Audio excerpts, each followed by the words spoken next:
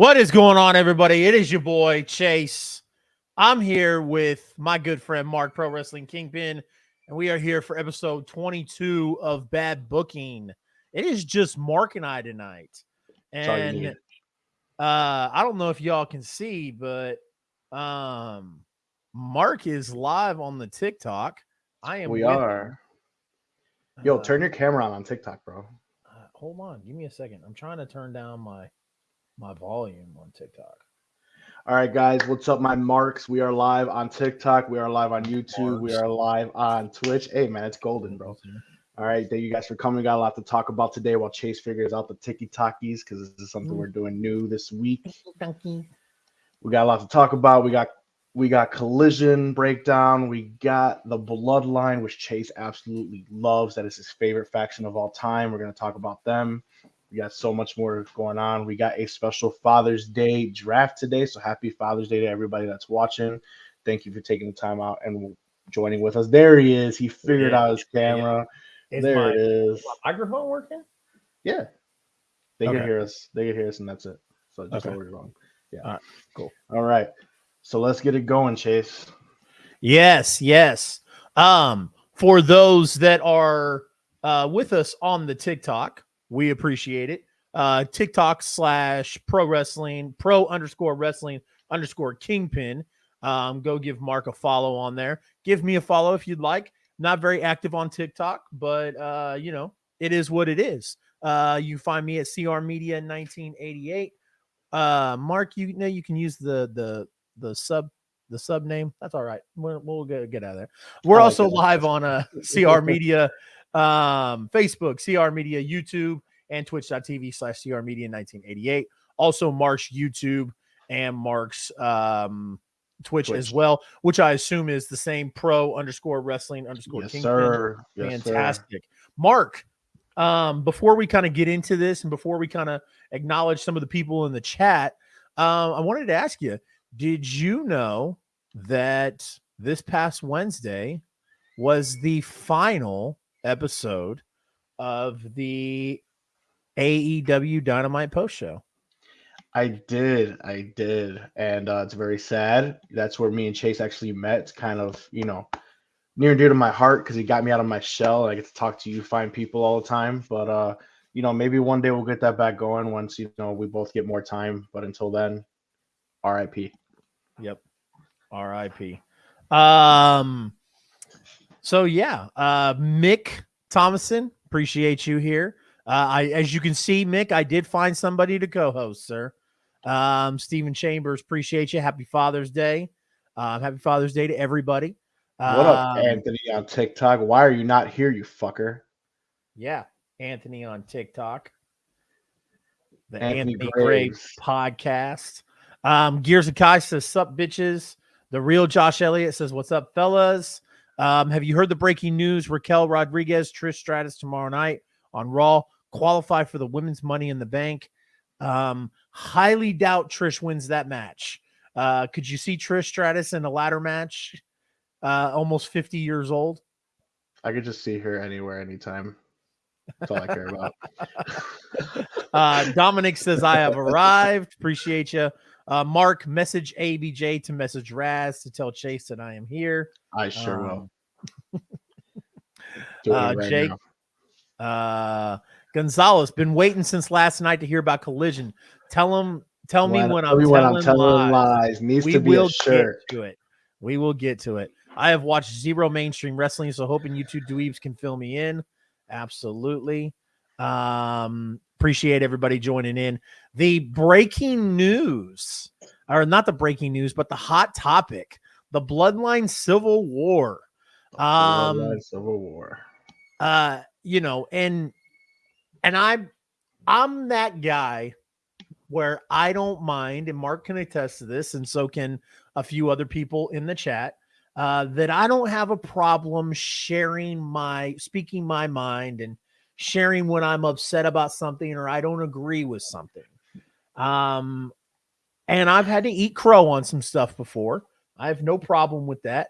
I will not say that the Bloodline is the greatest story It's probably the best story in professional wrestling right now. But I'm not going to say it's the greatest story ever, the greatest story in 20 years. I think there's been some really good ones.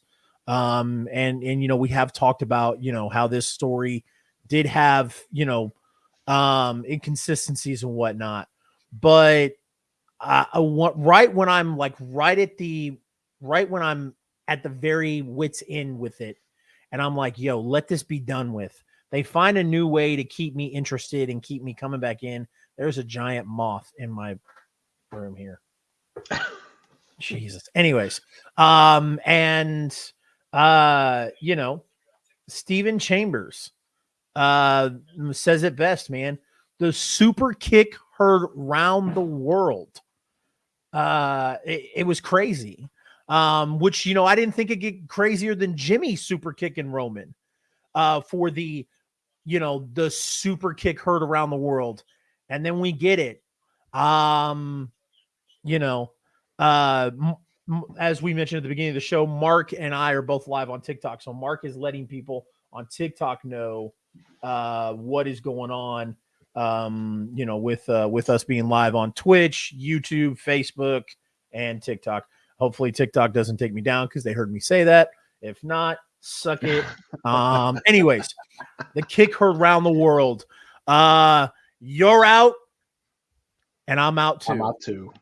Man, it is definitely the best story going on right now in wrestling, in my opinion.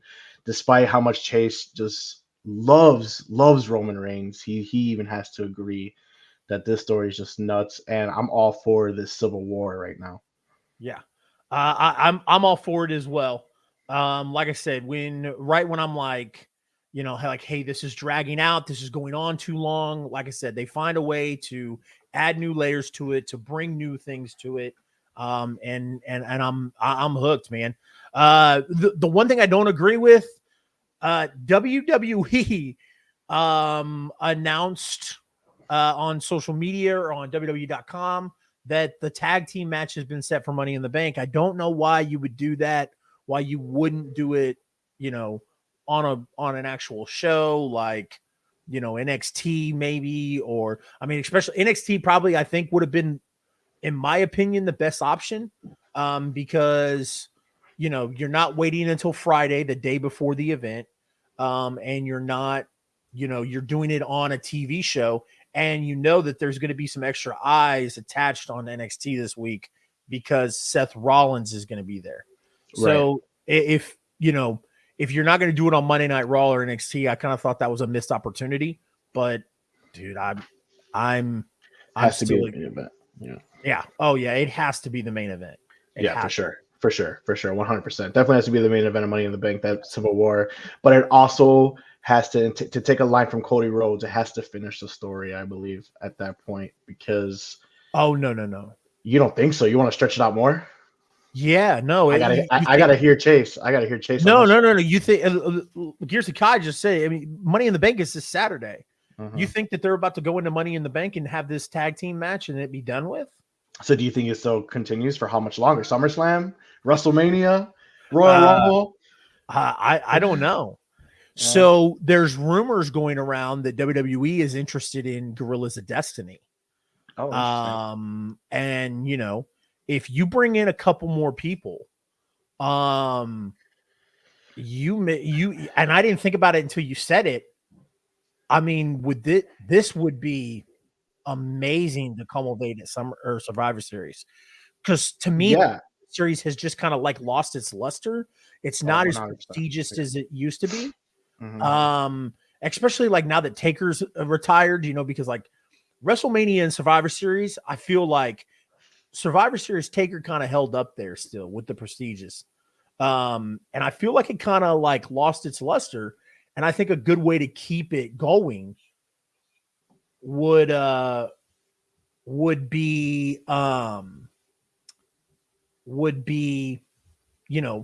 really awesome to have like Jay's bloodline and then Roman's bloodline at a Survivor Series elimination match.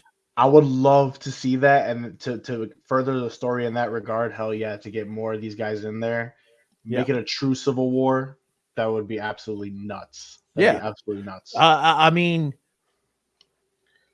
we know that we know that Jay is not going to win the guys. I apologize. The comments are coming in quick. I will try to keep up with them as much as possible, but I still don't think that Jay is the guy to win the undisputed WWE Universal Championship off of Roman Reigns.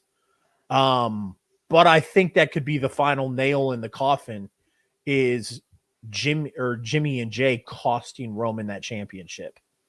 So yeah, I I would love to see this continue on, and that's what I mean. Like continue on to SummerSlam. Like Roman tries to put his focus on somebody else for SummerSlam, and Jimmy and Jay both kind of say, "Hey, like we're not done with you," and then they cost Roman the championship. So if Jacob Fatu comes to the WWE, who's he side with? If Solo stays with Roman, I think that Jacob has to go with the Usos. If Solo stays with Roman, if Solo turns on Roman, Roman could counteract and say, um, uh, it, if Solo turns on Roman and goes with his brothers, the Usos, then if Jacob comes in, he's gotta side with Roman because then 100%. Roman would be like, you know what I mean? Like Roman would kind of be like outnumbered at that point. To have Jacob and Solo on the same team, I feel like because like I told you, I sat down with Papa Fatu, and he said that Solo's spot was originally supposed to be given to Jacob, but Jacob has a little bit of a reputation in the wrestling business, so they elected not to go with Jacob. They elected to go with Solo instead. If WWE wants to keep banking on this bloodline stuff, then you're going to have to start bringing in Jacob. Anyone from the family that you could bring in to There's make so this weird. many. There's so many, Yeah, so there's many. so many that if they didn't, like I said, I don't know Jacob personally. I don't know much about like what he does, to stay in the stay out of the limelight or whatever. I don't know what his issues are. I don't know if he's a partier. I don't know if he's, difficult, whatever the case may be. Um, they don't even have to call Jacob. They can still call so many other people. Bro, when I sat down with Keish, he had 3 or 4 of his other kids working with him at WrestleCon, like handing stuff out, helping take pictures and stuff like that.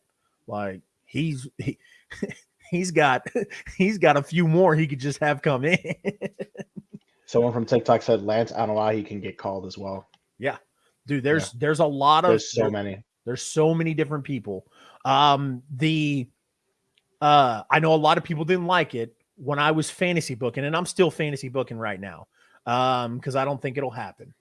But Right. how I wanted to see if they did Rock and Roman, how I wanted to see it done was, and I just watched the movie the other day. This is what I Mhm. make comparisons to.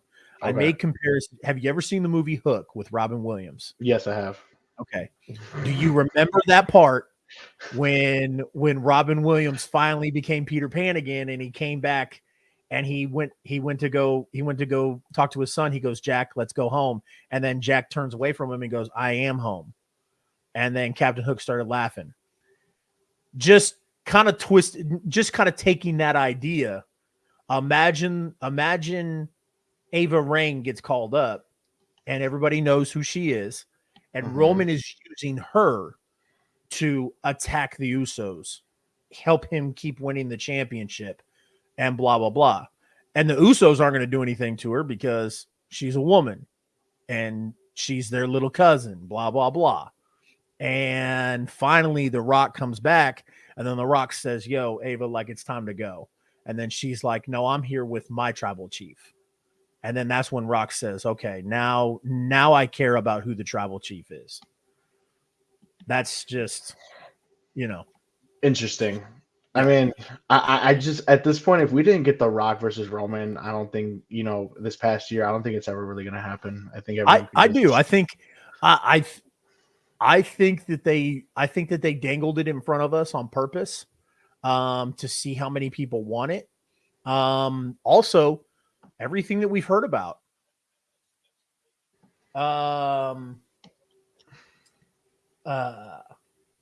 Everything that we've heard about with the Rock and his financial issues with the XFL, the Rock and the falling out he had with the DC extended universe, all these things that the Rock has done that have not gone as planned. He could be. This is a He could stretch. be. The He Rock's could be not looking. poor. Oh, the Rock's not poor, but Like, come on, man. but bro, you don't just lose $60 million. Like, Right. I mean, yeah, no, absolutely. So somebody could be looking for a big payday. And I don't see why why he wouldn't. WrestleMania 40, one final match to go in, and Roman comes out on top. maybe. If you don't involve a title, I could see Roman losing. But Rock has said, like, in private interviews, like, if the time came, then I would put over Roman. So, I mean, hey, all Fuzzy, hey, Fuzzy, we don't do that. You're more than welcome to come. You're more than welcome to come hang out with us on YouTube or Twitch. But we don't, not in this little TikTok. Yeah, not this show. All right, go on, Chase. But yeah, man, I think that I think finally doing it, and especially the way they did it, where they told Jimmy or where they told Jay, they said, hey, like, you need to choose either, stay with the bloodline, become next in line to become head of the table, or stay with Jimmy and be exiled. Yeah, I think I'm happy that they did it this way. I think this was well thought out. This is why they're in the position that they're in, and I'm not. Because, like I said, if I was booking this, I'd have ended it a long time ago. Yeah, But you they would have. find ways to keep adding on and getting people interested. The only thing that I would say before we move on is, because, God, dude, this opening segment, just the two of us, have spent almost 20 minutes on. So, which is crazy. I mean, it is the bloodline, though, right? The bloodline Yeah. is the hottest story in all of wrestling. And that's so, what I'm saying. Like, the only thing that I wish is that they would have taken the time to do other, I wish that their writing team or whoever they have booking these things would spend as much time on other stuff than just the bloodline.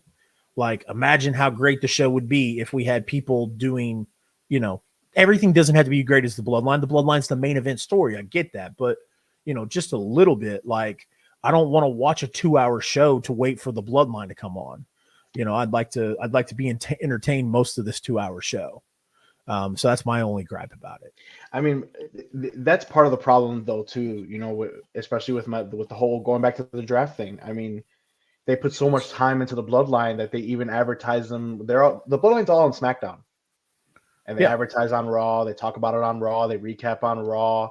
They put so much time and effort into the bloodline, which is great. Clearly, it's paying off. But everything else is stale, boring, or just uninteresting. Yes, agreed. Look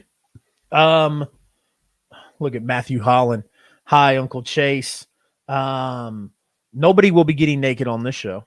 So I hate to break your heart. Just like I had to do to the other guy. Jacob Fatu side with Roman and put Lance Anoa'i with the Usos. Okay. That would be dope. Yep.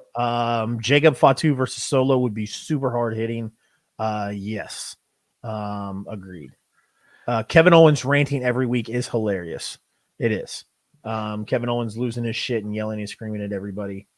The next River Dog, appreciate you joining. He says the next person has to win it clean. Agreed. Forbidden Door is also next week. That is correct. We will get there. We will get there, guys. We will get there. Yeah.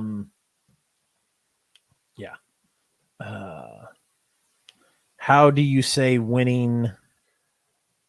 Oh, who do we see winning Money in the Bank? We will get there as well, guys. There's a lot more to cover on this show.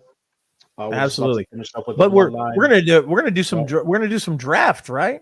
Doing a little bit of draft right now. So in honor of Father's Day, guys, happy Father's Day to anyone who is watching that is a father. And if you have a dog like I do, happy Father's Day to you as well. So we are doing a wrestling. Shut the fuck up. We are doing. I mean this with all disrespect. Okay. Disrespect. Yes. If you call yourself a parent because you have a pet like a dog or a cat, you are a fucking moron. Well, right? I got a Father's Day card, so go fuck off. Anyway, going back to the draft. That's only because your wife wants some because she wants a real baby. That's the only reason. Not happening. Yeah. We are going. Shut the fuck up. We are going if you got a dog like me, happy Father's Day. Happy Father's Day to you guys, you pet doggy dads. Hell yeah. All right. So we are doing a fathers in wrestling themed draft. Sounds weird, but we are drafting the best fathers in pro wrestling history. Notice how WWE never put any dog dads on TV. They had dog moms. We are doing a wrestling themed Father's Day draft. Best fathers in wrestling. 5 rounds each. Chase versus Mark, Pro Wrestling Kingpin. We need you guys to let us know who wins at the end of the show so we can determine who drafts first next week. Also, you can comment on the clips that we make. We will be putting those clips on social media as well. All right. Yes. Comment if you don't want to decide tonight, when Mark puts the clips on social media or myself, whoever you come across, especially like on TikTok, let us know in the comments who you think won, and we'll go in there. All right. So before we start, real quick, those of you on TikTok, we appreciate you joining. This is the first time we're going live on TikTok simultaneously. But if you guys want to watch it better, you can join us on either one of our Twitch or YouTube channels. Agreed. CR Media 1988 on those on all social media platforms, and Pro_Wrestling_Kingpin on all social media platforms as well. All right. So let's get into this Father's Day draft. Chase, I'm going to let you go first because we all know I won last week. So go right ahead. What was the draft last week? What was the draft last week? Was best Money in the Bank cash-ins. Bro, I had CM Punk. Bro, RVD tweeted me. You lost. When RVD, ladies and gentlemen, when RVD tweets you on your clip drafting him first overall as the best Money in the Bank cash-in, you automatically win the draft. I'm sorry. So I don't want to hurt anybody's feelings. Here we go. But do you know why? Roman Reigns doesn't tweet people and stuff like that? Because Roman Reigns is busy doing like more important stuff. RVD has nothing better to do than to retweet you so he can relive his glory days. Besides, that probably wasn't even RVD right now. That probably wasn't even RVD. You have the Twitter blue. No. Just because they have the check mark doesn't mean it's actually them. His girlfriend probably runs his social media. Anyways, that's fine. I'll go first. Number one pick. Thank you, Josh. RVD is the man, but he doesn't win just because he. I had CM Punk. Who else's cash-ins did I have? I think I had Dolph Ziggler too, didn't I? I had Dolph Ziggler. Thank you. Okay. Who I had the Heist of the Century and I had CM Punk. Fuck out of here, dude. Lame. Yeah. You had RVD. Anyways, that's fine. Yeah. Who the fuck doesn't like RVD? That's fine. I like RVD. I love RVD, but you thinking that you won just because he retweeted you is stupid. That's an auto win. That's an auto win. Anyways, never mind. That's better than any Chiefs Super Bowl victory of all time. Yeah, I went there, guys. Anyways, this is now a one-person show. Sorry, if you want to see Mark, you'll have to go over to his TikTok. I now run this bitch. Yes, Christian, that is still pretty badass. But anyways, number one overall pick, favorite fathers in professional wrestling is the obvious first round pick. Yes, obvious first round pick. Mr. Vincent Kennedy McMahon. Because of his 3 kids, right? Yes. Because of his 3 kids. Who's the third kid? Listen, Vince McMahon is the ideal father. Everybody thinks like it's this like, this beautiful story and this happy-go-lucky thing in the park and blah blah blah. Vince has tried to kill his son. He has tried to pimp out his daughter, and he ignores the fact that he has a midget as a son. There you go. And he has had multiple affairs on his wife on TV. And at the end of the day, his kids still love him. Vince McMahon is the father that we all should ideal to be. So take notes, Mark. Take notes. Oh, thank you. I'll stick with my dog. He obeys me. Best dog dad. Number one dad. Yeah, I'm gonna get my coffee mug. You won't be married very well. I'm gonna get my coffee mug. All right. So he obviously took everyone's number one pick. That would have been mine as well. I'm gonna go more the heartfelt just because he's the father of one of my favorite wrestlers of all time. And we're gonna go the American Dream, Dusty Rhodes. That's a great pick. That's a great pick. That was who I wanted to go with, but I was like, it'd be stupid not to take. If I would have went first, I would have went Vince McMahon. So yeah, that's good. What I was gonna go. I'm glad. I am going to go with my next pick.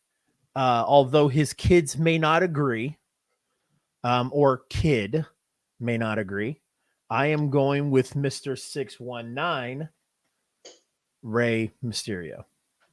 Another obvious choice. Yes. Another great choice. Yes. I think we definitely got the top 3 most obvious people that you have to draft. And now Chase is going to just dog shit the rest of my draft because I like to draft funny. I like to draft with who I like. And I'm going to go with my favorite father because he had the funniest segments. Well, segment. I just got removed from TikTok.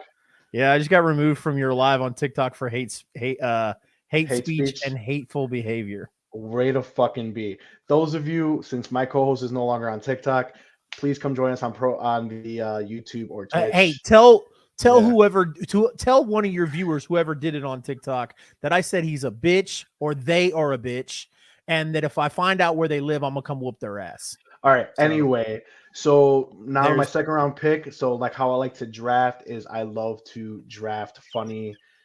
I'm gonna do it with my favorite spot in wrestling, and I'm going with the biggest ass in pro wrestling history. We are going Rikishi as my second round pick of the Wrestling Fathers draft. Matthew Holland with the burn, bro. Yeah, that's cool. So yeah, Rikishi with the biggest ass in pro wrestling, Sting facing everybody, greatest dad. All right, are you keeping track? I will when I clip it. Okay. Just remember who you draft. I know who I drafted. Yeah, I drafted Vince McMahon, Rey Mysterio, and my third pick, another father who we've seen have trials and tribulations with his kids on live TV. Be a loving father, be a not so good father, and have not so good kids sometimes. I'm going with Ric Flair. Watch David Flair beat his ass and shave his head bald. I've seen Charlotte, spit on him and tell him to get out and leave. But we've also seen him,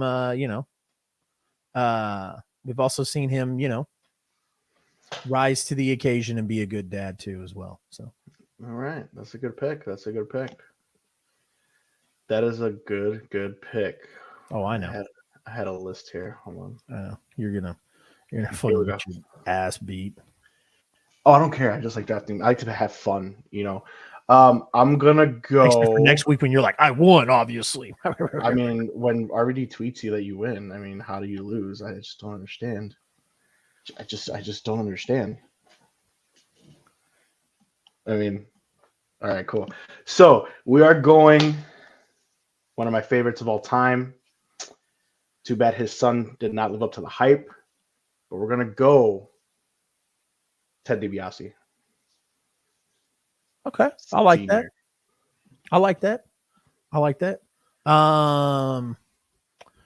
Ted DiBiase Jr. will always make me think of, where's that referee? He was trying to fuck on me.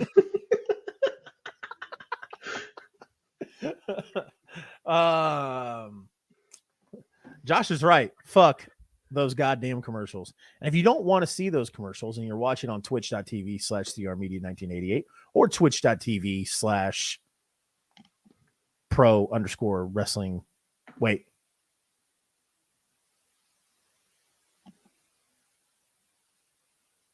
That's okay? not your Twitch name, is it?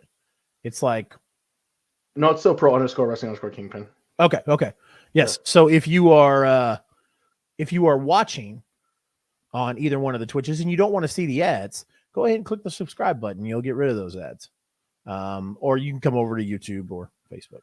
So, who did Mark draft? I'm back. Who did you draft?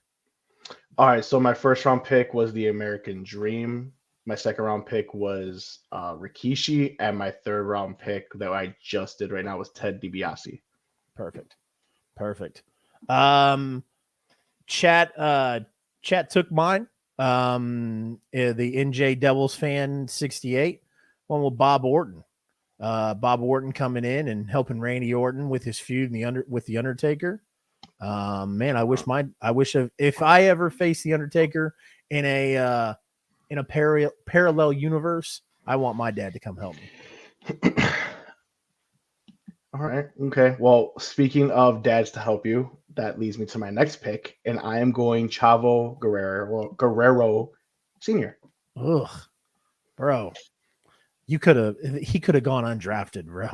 Nah, I love Chavo. He could have gone. My last pick's gonna be amazing. Go on. All right, final pick for Chase. That is correct. I'm going. I'm gonna be so mad if you pick it. Is it in the comments? Is it in the comments? No. Okay. I'm going John Cena's dad. Yeah, fuck that guy. All right, number 6. Number 5. Number 5.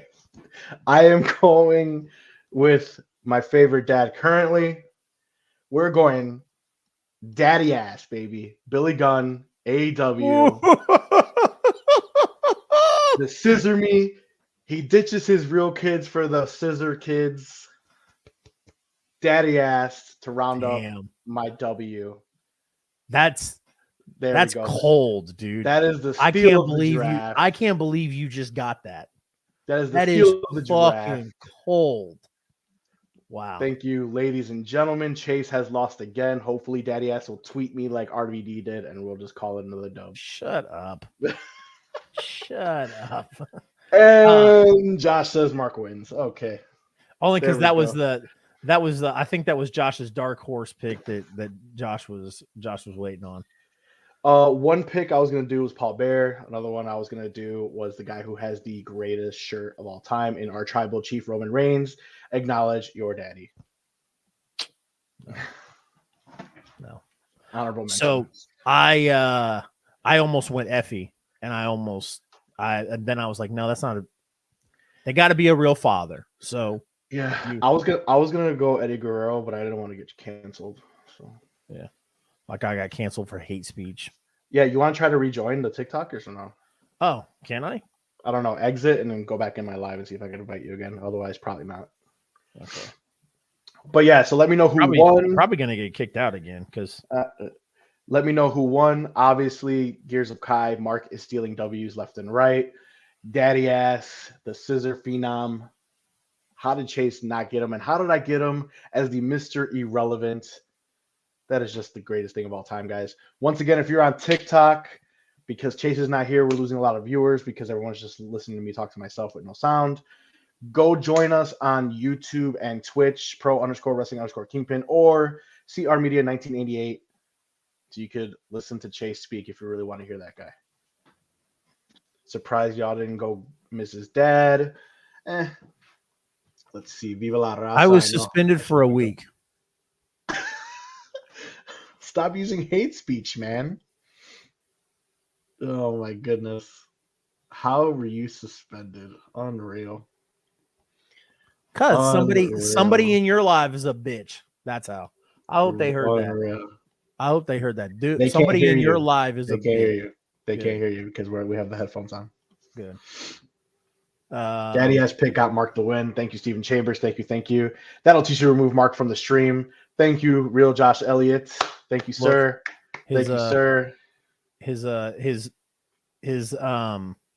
autocorrect changed bitch to butch. Yeah. He's not because he just understands he doesn't want to get kicked out of shit. Absolutely. Matthew Holland knows. Whenever you're in trouble, Paw Patrol will be there on the double. Chase is on the case. All right, give me a second. All right, since Chase no longer can join my live here on TikTok, guys, I'm going to end the live because there's no point if you guys can't hear anything. Yeah, because you guys are a bunch of bitches. But if you guys want to continue listening to the show, you could watch us on YouTube or Twitch, okay? Pro_wrestling_kingpin or CR Media 1988. Thank you guys for watching on the TikToks, and we're going to continue our show there, okay? Everybody who keeps saying that Mark won because of the daddy ass pick is going to get put in timeout on YouTube. So, don't worry, you can come to my YouTube and you will not get a unless you can control my YouTube timeout. I think I can. Let me find somebody who is. So Josh knows Chase a lot more than I do. Like he's very closer. So is he a sore loser? Because I can tell right now. Is he a little bitch when it comes to losing? Shut up. Yeah, he is. Twitch and bitch, Ryan. All right, let's go. Let's continue. 40 minutes in. Let's go. AEW Collision Saturday night. Last night. Kind of break this down. What was your overall? Did you go to the show? I did not. I couldn't get the day off. Man. Yeah. Although I would have had free tickets. I would have been a seat filler. But yeah, I couldn't do it. Couldn't get it off, unfortunately. Nice. I like it. I don't like that you couldn't go, but I like that you would have got tickets for free. That would have been cool. Anyways, were you able to watch the show? Yeah, I watched it later. I didn't watch it live, but I did watch it later. So the show has been watched. The show, in my opinion, was fantastic. Loved it. But we're gonna break it down. So we're gonna have Chase walk us through it as we go. All right. Yeah. I'm kind of in agreement with you.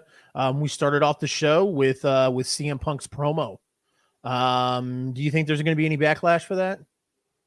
No, because we've been saying it for a year. It's a work. I agree that it's a work now, but I also think that there's a common thing here in AEW where sometimes Mr. Phil Brooks likes to go off the handle a little bit. Mm-hmm. And nobody can touch him, Chase, not even on commentary. I agree. I also agree that it's a work. So, but I kind of wanted to get the general idea of what a lot of people thought. I think I think the Bucks kind of confirmed that it was with their Twitter headline. Yep. That if this was 2008, broke Bucks or whatever you call them, would be on a T-shirt on Pro Wrestling Tees. But I thought it was a great promo. I thought it was a great way to start it off with. He brought out that bag and mentioned that he never lost what was in that bag. and there was a really good photoshopped promo for All In that I saw floating around on the internet today. I saw that too. I Yeah, saw that too. a friend of mine shared it to me and was like, uh, so much for it being something else. And yeah, man, As much as that fake Photoshop promo that we've seen, I don't think that's what we're gonna get. Although I I'll be don't think happy it if we is get either. it. I I don't think I don't think it is either. Yeah. But I think um I think that there is a possibility that we get Adam Cole versus MJF at All In, and that if All Out stays a week later, that we could see Punk and MJF again at All Out. And it could So be Tony Khan's way of screwing over MJF because MJF is always, disobeying him or right. whatever. So my problem with that is what we brought up on last week's show when it was me, you, and ABJ. If that happens, that means you have Adam Cole taking another L for the AEW championship. Is that something that you want to do for Adam Cole at this point? Adam Cole losing 2 championship matches now just because you want to have CM Punk versus MJF? I don't know. Is that something that you're willing to risk at this point because you want to have CM Punk have his rematch because he never lost it, Yeah, which is fine, but it's not something that you want to risk because are you going to put CM Punk ahead of the rest of your company right now? Because right now Adam Cole is the only other legitimate guy that's ready to be champion right now in AEW, in my opinion, with the exception of anybody who has held the title prior. yes. So if you do that with Adam Cole, what are you saying for the rest of your roster? Yeah, yes, that is correct. Yeah. So I wouldn't do that. You know what I would do? I would book Punk and FTR versus the Elite Yeah, ASAP. that's what needs to happen. Agreed. No, Gonzalez, there is no triple threat. What needs to happen is what we all know needs to happen, and that's the Elite and CMFTR. That's what needs to happen. It does, but I mean, in the interest of telling a story, you have the uh I understand what you're saying. So here's the thing: you have CM Punk coming out with this bag. He has allegedly the championship belt in there. I never lost this in this bag, right? Yep. Okay. You could cash that in at any time. Okay. If you Yeah. really want to go that route, that's a story you can do when Adam Cole is champion or anybody else is champion. Same thing. Let's run the WWE for just a second. How Charlotte Flair came out and was like, I never got my rematch either. So you could get a rematch at any point, is what I'm saying. So you don't have to play that narrative that okay, we have to have MJF and CM Punk at Wembley. No, because right now you have everybody invested in Adam Cole versus MJF, and that feud is going to be fucking nuts. And I don't need that interrupted with, of course, I'm wearing his hoodie right now, CM Punk. CM Punk can go for the championship at any point in time. Right now, he has unfinished business. That's the story that we need to focus on. He either A needs to fight Kenny Omega one-on-one or it needs to be a 6-man tag at Wembley. That's what needs to happen. Yeah. Agreed. What's going on? I don't know. Go on.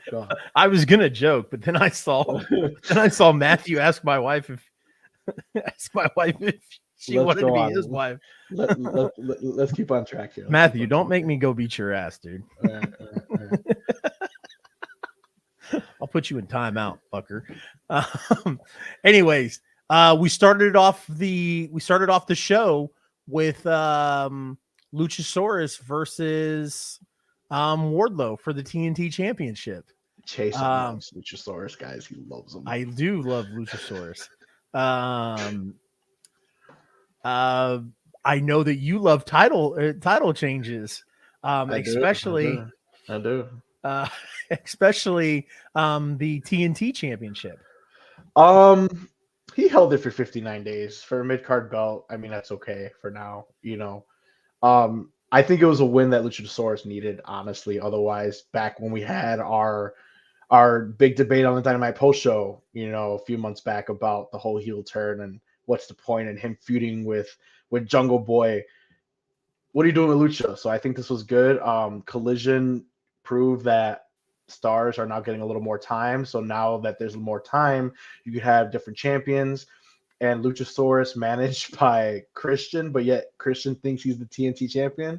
I think it's fucking hilarious, and I think it was a much needed win for Lucha. However, Chase knows, the hot potato with the belt. It does kind of irritate me, but I mean, he held it for 2 months since he got it back. I think for a mid card belt, it's not that bad. I just hate when it's getting jumped from week to week. That just doesn't make sense to me. So I'm okay with it. I think it's a much needed win for Luchasaurus for him to be relevant still. So yeah, I like the move. I wouldn't agree with, I didn't think that Luchasaurus, or if Luchasaurus wasn't with Christian, I would be okay with it. It's the fact that Luchasaurus is with Christian right now. He's taking over that story. Yes. Yeah. What I do like about this though for Luchasaurus is I think that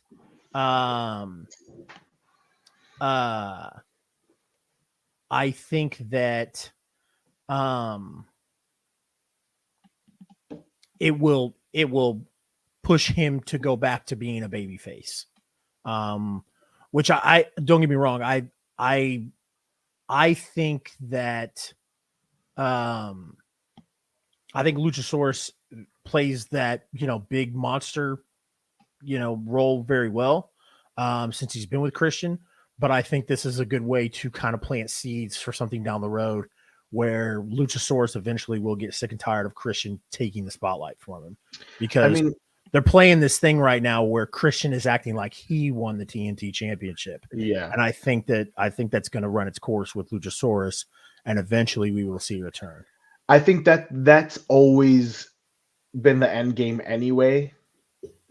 I mean, yeah, he turned with Christian, but since he went with Christian, the story was always about Christian. The story was never about, Lucha turned on Jungle Boy. It was always Christian at that point. So we all knew eventually Luchasaurus will turn, and I definitely agree with you. This will be the start, especially since Christian thinks he's the TNT champion now.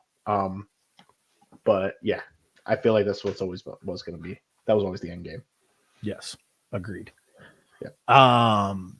Then we also saw Andrade and Miro both coming back to AEW in ring. Both looked to be in great shape. Andrade's match was really good. Miro's was kind of a squash a little bit. That was my only problem with that. Yeah, I think that the issue that I have, or not the issue I have, but I think that, and maybe this was kind of like why Miro's course ran stale the first time, was because Miro wants to be booked like this big monster type person who squashes people until he gets to somebody, worthy of his stature, if you will. Mm-hmm. And I think that AEW didn't want to do that anymore. And now I think that they're going to try and work with him and maybe try and do it again. I don't know. But I don't know. You have Andrade return, and he looked fantastic, and he had a great match with Buddy. But then you have this squash. It's like you should have brought them both out, and both had stellar matches. Everyone was excited to see both of them back. Hopefully we're going to see them more now that they have 2-hour shows. I don't think a squash was the way to go. And you know how I feel about squash matches in general. So yeah. Steven Chambers thinks that Luchasaurus needs a new character change. I would say after this course, because right now with what he's doing with Christian, I think the Luchasaurus, like the monster type Kane type look and feel that he's got, works for him. So I don't think that I don't think the character change would work for him right now. But I think if they get to a point where Christian does decide, hey, I'm gonna turn on Luchasaurus, or Luchasaurus and him are gonna split and start a feud, I think it would be beneficial for him to do a little bit of a character change. So maybe eventually down the road, yeah. Yeah. Miro looked great. He added some more muscles. I agree. You talking to me? Huh? Nothing. Go on. Keep going. Oh, you talking to me? You're so You stupid. must be talking to me. I'm the only one here. Keep going. What else we got?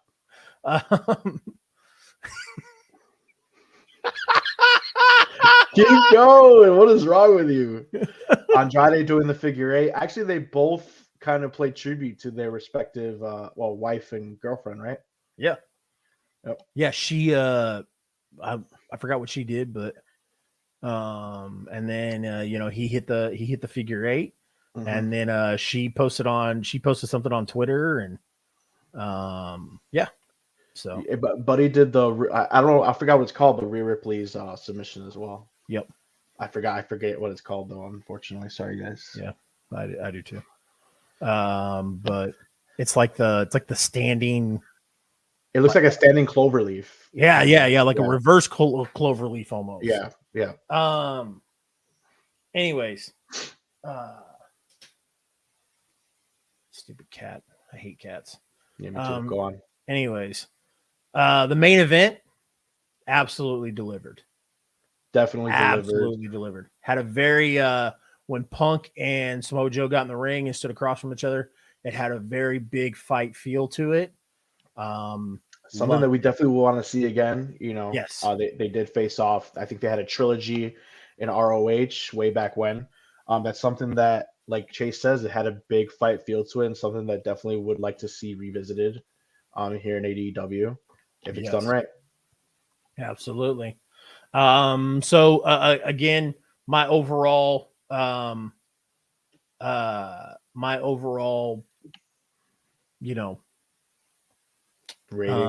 grading of Collision, I thought it was great. I just hope that they continue with the momentum.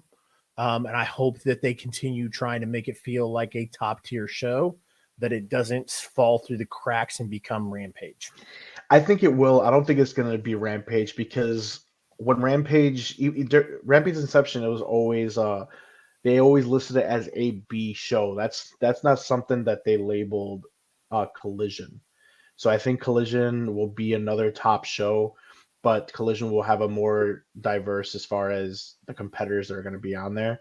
But I think we're going to get good, solid shows every week. What are you smiling about? I'm laughing at all that shit. Okay, I'm glad I'm married to Chase. Jesus Christ. Can we go on with the show with no distractions, guys? All right. Oh, boy. But yeah, I think Collision's going to be a top show. It started off great. I don't think it's going to veer off too much. I think it's going to be another top show to watch on Saturdays, and I'm just excited to see what's going to happen. Agreed. Yeah. Money in the Bank. SmackDown versus Raw 2007 or SmackDown versus Raw 2006? I think 06. Was it? I think 06. I think it was 07. Okay, whatever. Who cares? I think it was 07. Yeah. I might need where's Raz to get on the Google machine to fact check that for us. Anyways, Money in the Bank updates. The 2 Money in the Bank ladder matches. I know the women's still needs a qualifying match. I think is going to happen tomorrow night. Mm-hmm. So we've got Zoe Starks already, Io Sky, Bailey, Zelina, Becky. Who is your prediction on who will qualify? Who will qualify for the final spot? Yes. It's definitely not going to be Trish. So it'll be Raquel. What is she? Gonzalez or Rodriguez? It's Rodriguez. Raquel Rodriguez. Yeah, Raquel will be the final. And I think like ABJ said last week, we got to ride the LWO train, and I think this is Zelina's victory. but it's also going to play a big story, in my opinion. And I think that story is going to be the separation of Damage Control, because you could already see it happening. I think we get a spot where either Io Sky or Bailey ruin it for each other, and that's when Zelina swoops up and gets the victory. That's my prediction. Yeah, I agreed. I would love to see that.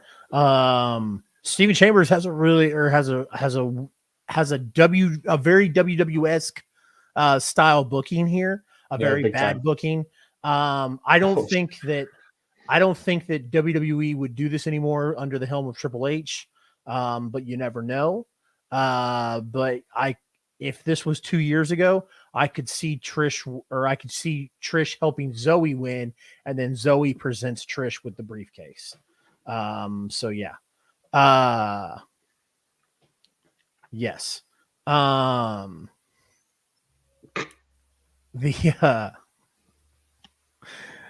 men's Money in the Bank is set.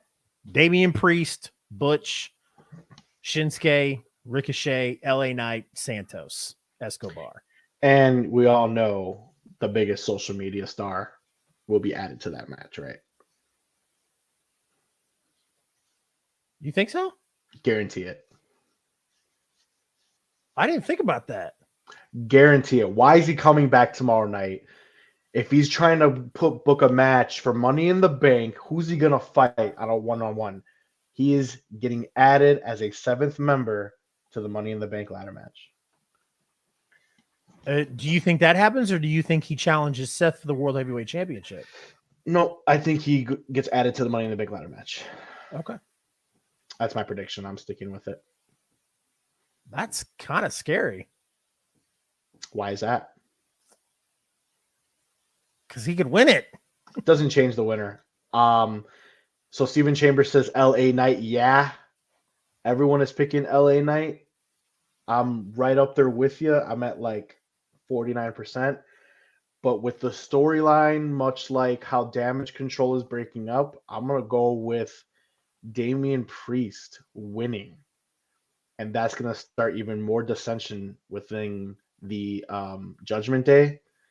And that's going to lead to one of them leaving. Either Damian turns face or he gets excommunicated. He either turns face and just leaves willingly, or he's going to get excommunicated. And we're going to have JD McDonough join up. So I think that also plays a story in the Money in the Bank ladder match. I think Damian Priest, like Chase said last week, he's done a lot for the company this past year. What he did for Bad Bunny, I think they're going to push him hard. And I think he wins Money in the Bank. And that really, really, throws the Judgment Day into a big world of hurt right there. Steven Chambers also brings up a really good point here. I think like for the past 4 or 5 years, WWE has done a cash-in the night of Money in the Bank. It started with Dean Ambrose, or maybe it started with Alexa Bliss. I can't remember which. And if you remember how Dean Ambrose cashed in, I could see something like this happening. Not saying it's going to, but I'm saying I could see it.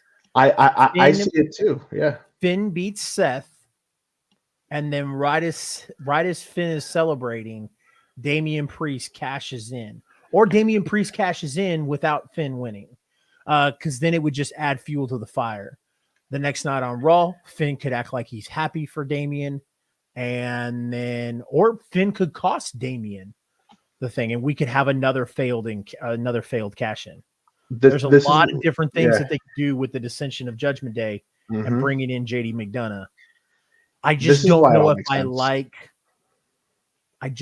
I like Seth losing the title already.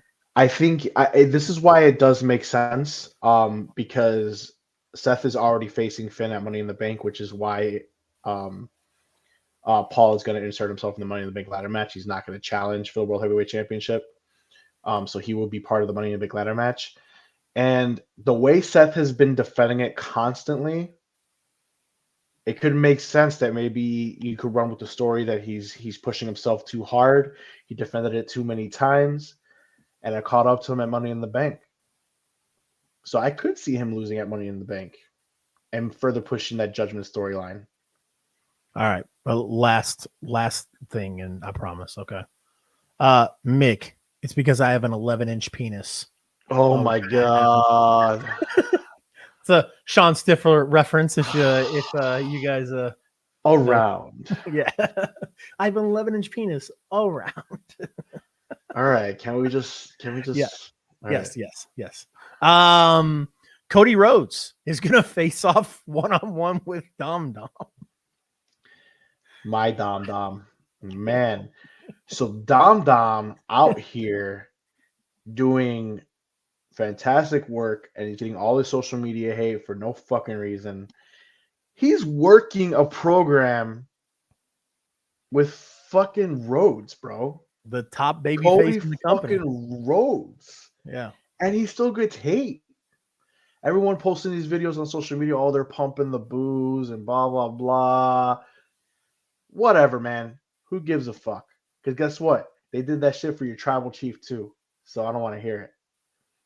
But Dominic with Cody Rhodes, man, what does that tell you about Dominic and how WWE feels about Dominic right now? Yeah. The only so I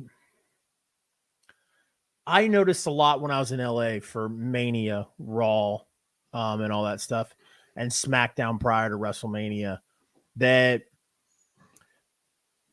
the WWE crowd, like the hardcore wrestling crowd, is doing what the AEW crowd did to Cody. They are slowly turning on him. And on Cody? Yeah. Yep. Damn, they have though. They already have. I mean, dude, I was sitting dude, Monday Night Raw, like when Brock sneak attack the Raw after WrestleMania, when Brock was supposed to tag team with Cody and Brock F5'd Cody and turned on him, bro, there was a bunch of people around me that were like cheering for it. That were so excited. And a lot of people thought that like that chippy baby face white meat that Cody wants to be would work in WWE. And I just feel like if they weren't going to pull that trigger at WrestleMania, that they're going to have a hard time doing it. And somebody's like, oh, they're trying to like recreate. I don't know if you saw that clip of Freddie Prinze Jr. with Chris Van Vliet, where Freddie Prinze Jr. said that one of his friends told him, they were like, dude, they're trying to recreate the Hard Time story from Dusty back in the 80s, but with Cody now, where he's just going to get shit on and get, beat up and stuff like that. And then he's going to come back. He's going to go through hard times. And I just don't know if it's going to be able to save him. He'll have his support from the little kids and, the people who, the children and the moms and stuff like that, like Cena did. But your hardcore wrestling fan base are going to boo him and do the Cody sucks, just like they did Cena sucks, like back in our day. And I just don't know if it's going to work out for Cody. Truthfully, I think it was destined for Cody regardless. Because if he would have won at WrestleMania, I feel like he's still like him being the superhero babyface guy. Heels are always better, guys. I mean, that's the end of the day. They're more entertaining. Everyone likes to see it. So when you get this other new John Cena, I compare everyone to John Cena because he's the ultimate babyface, right? So Cody Rhodes gets this John Cena-like ascension after he beats Roman Reigns. If he would have won at WrestleMania 3-4 months in, maybe even quicker, they would have been turning on him anyway. Yeah, no, I agree, because there was a lot of people who I've had wrestlers, I've had promoters in the business, all like when we talk about my trip to WrestleMania, they all were like, it wasn't it for Cody. Cody didn't do anything to earn it. And, he was gone for 8 months and then came back, won the Royal Rumble, came out at number 30, like, or number 29 or something like that. So here's the thing. So Cody's line is what? Gonna finish the story, right? Yep. Gonna finish the story. So But there one was no outlet, story. there's no story. You're right. Yep. Yeah. So this is his story now, right? So he has to eventually get back to Roman Reigns. Is that what we're all thinking here? Because there's no way he's going to go after the World Heavyweight Championship. It's going to be Roman Reigns. I think Roman Reigns hold it for another year. He's tied up in this bloodline stuff where he doesn't have to defend it every so often as well. But I think ultimately Roman holds it till WrestleMania. All right. So one outlet for him to finish that story is Money in the Bank. And he's not in that matchup. So at this point, are we going to run this story again? Is Cody Rhodes, This is your way too early prediction here, guys. Is Cody Rhodes going to win the Royal Rumble again? Is that going to be his only way to Roman Reigns again? Yep. Because they're both on different shows, and we all know how much they honor that, right? Yeah. So they're on No, different shows. it is. That's The what it is. main event for next year is it will be Cody and Roman again. And I think Cody will win this time. I think Cody will win this time, and Cody loves his trilogies. And I could tell you right now, and I'm calling it 2 years from now, we're getting Roman and Cody 3 at the following WrestleMania. Yep. Just letting you guys know. I agree. Cody's the long-term story. And Steven, I think that's exactly what they're going to do. I think he's going to come in at number 1 or number 2, and he's going to run the table. Or what happens is he loses and then he tries to do everything he can to get a title shot and he keeps getting turned down. And then the actual Royal Rumble winner goes after the World Heavyweight Championship and it leaves Roman free. And then that's when Cody gets his shot.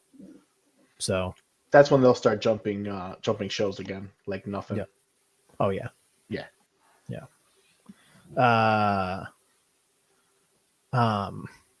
Jesus Christ. And then Seth Rollins defending his World Heavyweight Championship against Finn Balor. Okay. These two, it's magic when they get in the ring together. I think it's just as good, if not as good, if not better than Cody and Seth. So I love it, and I'm hoping that we get just as good of a match, if not, better than what they've had in the past. So I just hope that Finn doesn't get injured this time. Yeah. I think he's winning, man. I think Finn's winning. You think so? I just got this gut feeling, man, because they're making Seth. Dude, this title is exclusive to Raw. All right. I know you guys are tired of me bitching about the draft. This is not about that. This is about Seth consistently defending it. Why? To get X amount of title defenses. It's not to be a workman's title. It's because he's dropping it quickly. And he's dropping it at Money in the Bank. You don't think it's because it's a workman's title? Are your mid-card belt, are your mid-card belts not your workman's title? Isn't that what it's supposed to be? Isn't that supposed to be the mid-card the Intercontinental belts? Like, that's what it's supposed to be, right? But when they introduced the championship, they mentioned they addressed everybody's complaints in the past 2 years, especially in the past year since he got his new contract and he stopped doing house shows and stopped showing up every week, that they were tired of having a world champion. And it didn't just start with Roman. It's been happening with Brock and Roman for the past, 4 years, 5 years, even longer. Yeah, for sure. So I think that what they were trying to do is trying to appease that crowd that kept complaining that, the world champion's not here all the time. Okay, well, the world champion's not here all the time, so we're going to give you a title, and this is what they said on TV. We're going to give you a champion that is here every week, that defends the championship whenever and wherever. I think they're trying to run with. I think they're trying to run with that. I don't think Finn wins because I think something will happen that this will start the catalyst to the breakup of Judgment Day. And I'm going to be honest with you. I like your idea that Damian wins. And if Finn loses, the next night on Raw, I could see Finn going, as the leader of Judgment Day, give that to me. Or just being like, oh, you had a great night last night. Well, I didn't. And Finn becoming very jealous. Oh yeah. I don't see Seth losing that just quick. I know it's so quick, and I agree with you, and it's a little out there, but at the same time, it's like they're really overdoing it with the title defenses. I understand the whole gripe and the fans like, oh, we didn't see our champion and stuff like that, but that was also because Roman motherfucker, he does not motherfucker, yeah, man, like the motherfucker no showed shows all the time. Yeah. There's times like, okay, in 2 weeks from now, Roman Reigns returns. That's part of the problem. Coming out and doing a promo, just like MJF comes out and does a promo, that's seeing your champion. But how often does MJF fucking fight? Yeah. That's I something agree. that's what it is. Going to defending at house shows. He's defending against Braun Breaker this week on NXT, guys. Exclusive to Raw. Your World Heavyweight Championship is exclusive to Raw. And he's defending it on NXT. He's defending it at house shows. That's overdoing it. The I fans, the fans just complained about not seeing the champion. Seth is there. He's there all the time.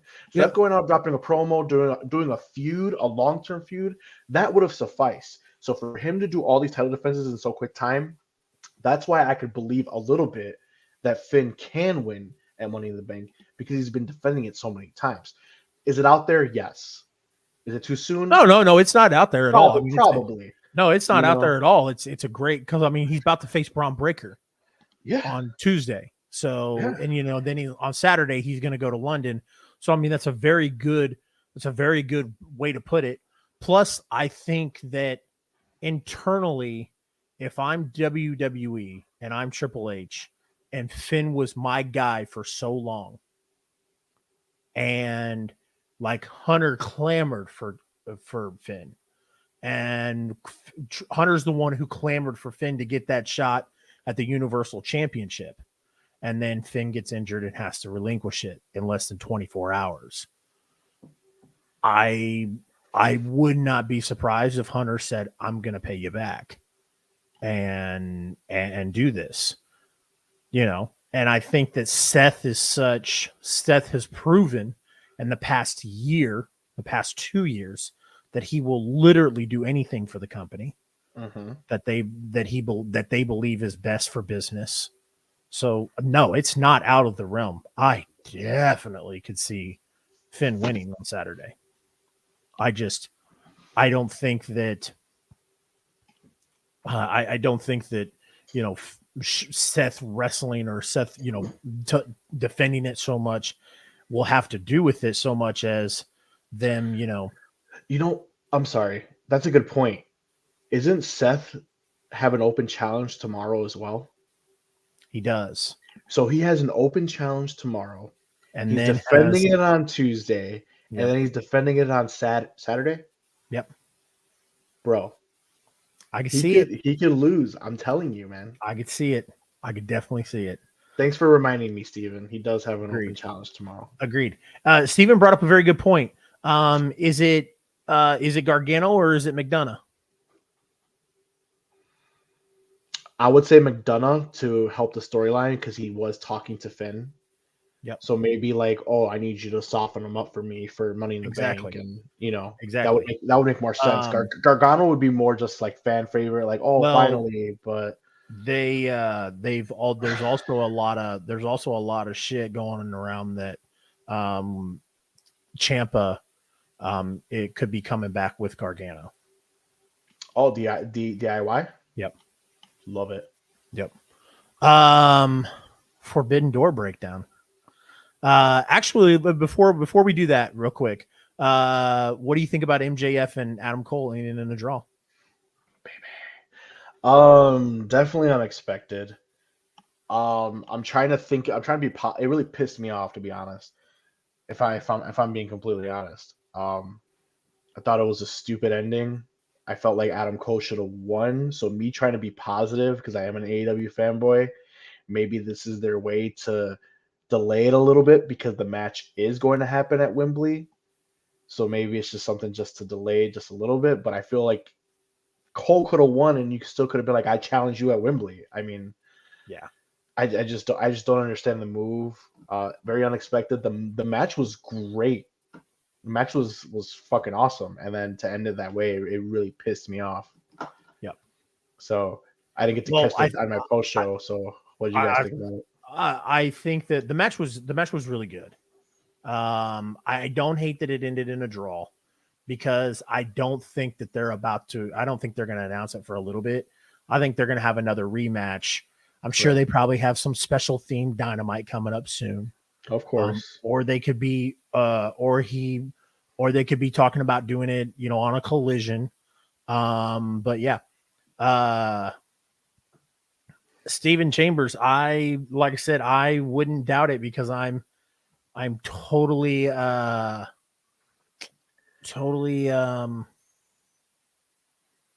totally could see Tony Khan doing some stuff where he's like, yeah, sorry.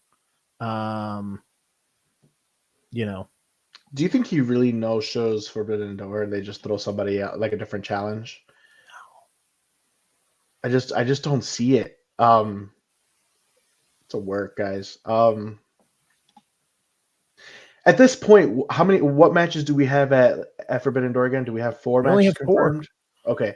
We only have 4 matches confirmed. You have to have MJF there just because nothing else is confirmed, guys. Yeah. So they can't really afford him not to no show right now because you got to have some star power here. And Jake says Money in the Bank is 2 weeks away on July 1st. July 1st. It's not this week.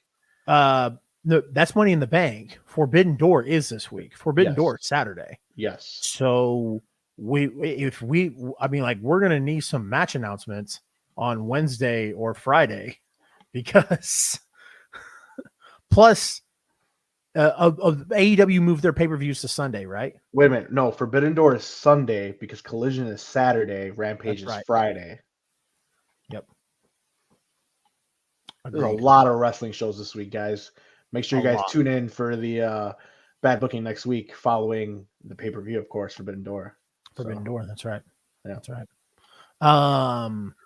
Yeah. I thought it was I thought it was I mean the match was good. I feel like a time limit draw is something that shouldn't be done as often as I feel it has been done in AEW. In AEW, yes, it has. Yeah. Yes, it has. But at the same time, like and to be honest with you, are we only saying that, Mark, because we don't want WWE stands to be like, oh, AEW had another time limit draw, and I feel like that's the only reason. I feel like that I'm just trying to gatekeep it so people don't complain about AEW. Like, I don't really care as long as the match is good. I don't give 2 shits that it's that it was a time limit draw. Chase always uses the same fucking voice to mimic people, dude. Yeah, I agree with you. Like, the draw did kind of annoy me, and it is kind of used a lot more often in AEW than any other promotion. But I'm with you. As long as the match is stellar, I'm more or less likely to be pissed off about it. But I feel like for it being an eliminator match, I can't do your fucking voice. For it being an eliminator match, MJF could have took that loss so we can start furthering this storyline. Now, we are ways away from Wembley, so whatever. Like Chase says, it could be a rematch down the road, a themed Dynamite, even a Collision. If they do show up in Collision, like, who knows? But there's options. But I think still, no matter what, we are getting MJF and Adam Cole. However, my mind does swirl a little bit unless this was their way because they do want to do CM Punk at Wembley. And Adam Cole, MJF can play Adam Cole never beat me. So, we could do that, but who knows? Okay, if that's the case, why don't we just switch? Why don't we, what I said earlier, that if MJF faces Punk at Forbidden Door, at Wembley, and then faces MJF at All Out,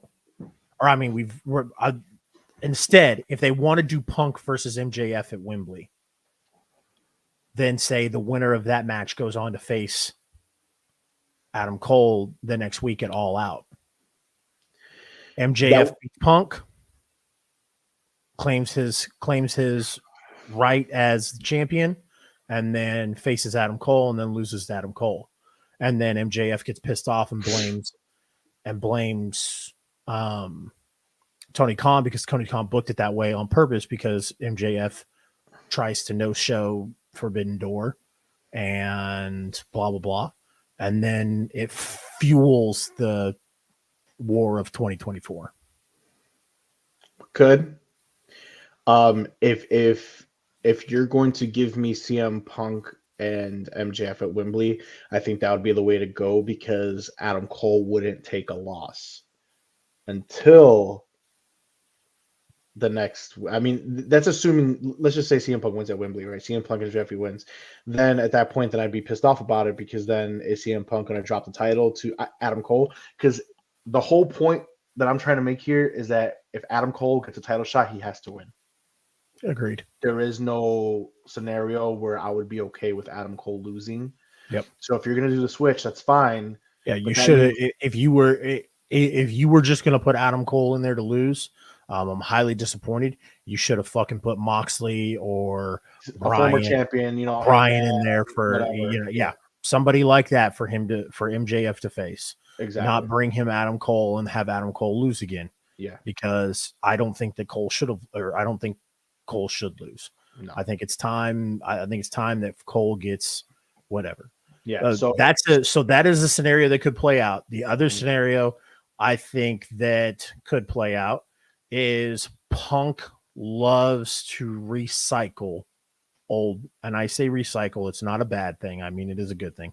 Punk loves to recycle old stuff. He loves callbacks, and that's very cool. Who doesn't love callbacks, bro? I love callbacks too. So I could see them. I could see just like MJF did the devil callback with Punk. I could see MJF doing the I'm leaving with the title callback. Mm-hmm. They hold it off till December or November or December for what is it? Revolution? No, Revolution's in February. Which one usually happens in like November? Wait a minute. In November, isn't it? So we have All Out, All In, Revolution, Forbidden Door. Help me out, Kai or Steven. Which AEW pay-per-view usually happens in November? You sure it's not Revolution? Revolution usually happens in February. All right, guys. There's no Raz here. I'm getting on the Googles. That's right.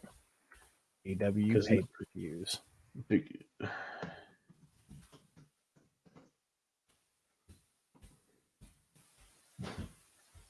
2023. Double or Nothing. Revolution happened in March. Upcoming events, we got Full Gear. That's what it is. We have All Out in September and Full Gear usually in November or December. Full Gear. Yep. So at Full Gear, I could see Punk and MJF because eventually Punk's going to release what's in that bag. And I think MJF could refuse to face him, and they could just do an old thing like WWE used to do, like Shawn and Razor did with the Intercontinental title, and then they have a match. And then I think at that match, I think MJF could pull the whole, I won, and I'm leaving with your title to go sign a contract in 2020. It could. So, CM Punk still has that is in fact the AEW championship in that belt, in that bag. Because remember, MJF has a new belt, has that new strap, has the Triple B, the Burberry belt. The special yeah. So, but Punk's right. He never lost the belt, so that's why he carries it around. Mm-hmm. So, yep. So, regardless, like I said, going back to what we were just talking about, guys, there's no scenario that Adam Cole gets a title shot and loses. So if it's Adam Cole versus MJF at Wembley, I think Adam Cole wins. But if it's Adam Cole versus CM Punk at Wembley, I think MJF wins. And then we go into the Adam Cole story. Yes. But I don't think that's what we're going to get. I truly, truly believe that we are getting some type of elite versus CM Punk FTR type deal or a one-on-one and another tag team match, I think that's the way to go. You got to stack that card at Wembley. You got 80,000 fans. MJF versus Adam Cole is a stellar main event that's going to deliver. That's another thing they could do. Yeah. They could do MJF versus CM Punk for the undisputed champion, and then the Bucks come and cost Punk the match. Yeah. And then that starts off the Punk versus the Elite. That could be a thing as well. Yep. There's a lot of different things they could do, and it's kind of hard to see right now because as it stands, All In is August 27th, and then All Out is literally the following week in September. September 3rd. They have not changed it yet. And so honestly, I think it'd be stupid to put All Out. So we have it, like he says, as it stands 1 week later. I think we need to push All Out to end of September or early October, and then Full Gear maybe into December. You got to spread that out a little bit because it's a lot of money. That's a lot of money to be paying on pay-per-views, guys. Well, yes, it is indeed. Unless they, unless they, I don't see a big deal of them stretching it out. You could put Full Gear to start the new year off, put something in January or something, push All Out to October, early October, Full Gear to December. I think that'd be the smart way to go because you could still stretch those stories out. You could have time to build because if we do go Chase's route, right, we get CM Punk and MJF. And then we have the Young Bucks costing CM Punk the championship. You're going to need time to build that story, right? Not a fucking dynamite in between the goddamn pay-per-views, guys. Yeah. You know what I mean? We need some promos here. So, Tony Khan, yeah. I know you're a mainstay watching Bad Booking. If you're hearing us right now, you need to stretch out these pay-per-views, guy. Yeah. They All Out is going to be in Chicago area. So usually. That's what it's booked for. Is it? When I'm looking, it doesn't have a location yet, from what I'm looking at. Upcoming events. September 3rd. Yeah, I'm looking at it right now. It says AEW Forbidden Door, Toronto, Ontario, Canada. All In August 27, 2023. London, England. Venue Wembley Stadium. All Out September 3rd, 2023. TBA. It's going to be Chicago. Most likely. All right, moving on. Yes. Forbidden Door predictions. Real quick. Okay. Run it up. Okada versus Danielson. Danielson. And it starts Danielson's Japan tour. I think Danielson leaves pretty soon for a little bit. Agreed. Kenny Omega versus Will Ospreay. Ospreay. I think it has to be Ospreay. Mm-hmm. Sonata versus Jungle Boy for the IWGP World Heavyweight Championship. Sorry, Jungle Boy. Yep. Sonata. Yep. MJF versus Tanahashi for the AEW World Championship. Let me think. MJF. So. I don't think I think MJF no shows Forbidden Door. Okay. I think MJF gets replaced by CM Punk. Versus Sonata? No. Tanahashi. Oh, Tanahashi, yeah. Yep. Oh my god. So wait, so wait a minute. So you have CM Punk beat Tanahashi because CM Punk's not gonna take an L at fucking Forbidden Door, buddy. Yeah, I've seen Punk beating Tanahashi. Oh yeah. Wow. Okay. Yeah. Okay. Yep. Okay. I think it gets announced. I think it gets announced the day of Forbidden Door that MJF is nowhere to be seen. Tony Khan says, I found a replacement. He brings out CM Punk. And I think that's possibly when we can see CM Punk reveal himself as the AEW champion. And then Collision has their own AEW champion. And oh my god. And then Dynamite has their own AEW champion. Oh Jesus. And like I said, we get it all through the summer and whatnot until we get some sort of undisputed match. Guys, I could see it. him bringing out that bag opened a bag of worms, dude. It's terrible, and I'm not like acting this way because I think Chase is talking out of his ass. It's not at all. I fucking see it, and it's Yeah. driving me nuts because Yeah. I can see it right now. It's Yep. driving me fucking nuts.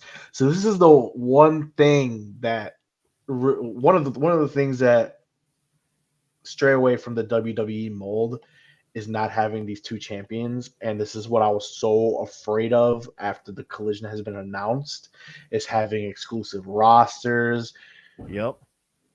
and another champion. This is not necessary, and it pisses me off because everyone seems to like that idea. Because I've seen I videos, don't. I on TikTok, and despise it's like, I think guys, that the WWE mold is not the mold to go.